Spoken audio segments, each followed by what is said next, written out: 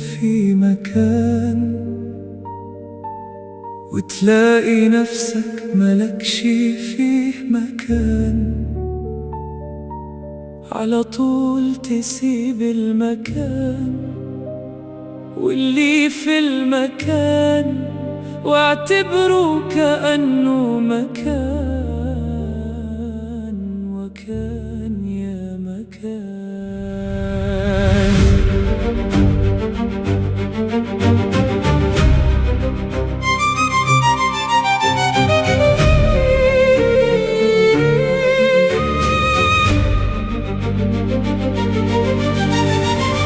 لما تقابل ناس زمان، ناس كان ليهم في قلبك مكان، وبعدين تلاقيهم ما بقوش زي زمان، على طول شيلهم من المكان اللي من نصيبهم كان، واللي بينكم كأنه مكان، وكان يا مكان. لما تعمل كل اللي في الإمكان عشان يبقى لك بينهم مكان، وتلاقي كل اللي عملته هان، يبقى تسيب لهم المكان وتنسى اللي كان، وكأن اللي كان ما كان، واللي راح راح راح وخد معاه الأحزان. ريح نفسك، عيش باتزان، ابعد عن أي ربكة وعيش بميزان.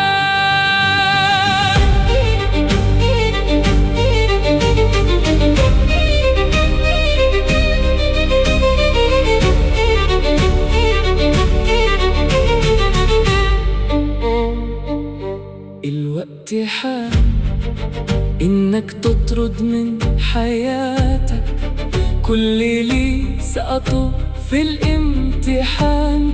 لا انت ليك مكان معاهم ولا هم كمان ليهم مكان، وما تزعلش انك عرفتهم متأخر، ولا تشغل بالك ولا تفكر، ده كل شي ولو أوان. وما تزعلش إنك كنت معاهم إنسان، مكانك مع اللي يستهلك مش مع أصحاب الود المستهلك، مكانك مع اللي يقدم لك على وده برهان. ولو في يوم حسيت إنك تعبان غير الصحبة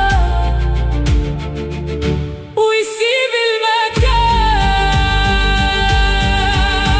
إحساسك سليم مش محتاجة تعليم، ما تسيبش نفسك لعبة في ايد اي ألعوبة.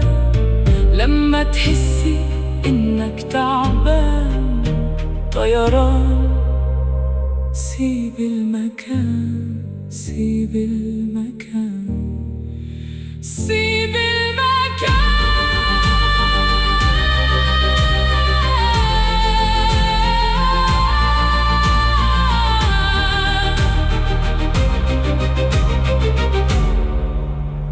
سيب المكان.